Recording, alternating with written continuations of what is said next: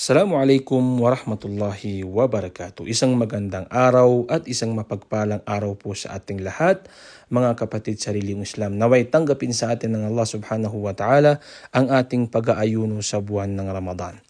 Nandito pa rin po tayo sa mga paksa patungkol sa kainaman ng pag-aayuno sa buwan ng Ramadan. Sinabi ng Propeta Muhammad sallallahu alaihi wasallam, "Inna fil jannati baban yuqalu lahu ar-rayyan.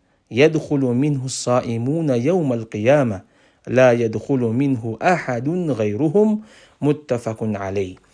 Ang hadith na ito, mga kapatid sa relihiyong Islam, ay kabilang sa mga kainaman ng taong nag-aayuno sa buwan ng Ramadan. Sa malapit nitong kahulugan, sinabi ng Propeta Muhammad sallallahu alaihi wasallam, katotohanan, sa paraiso ay may isang pintuan na tinatawag na Ar-Rayyan.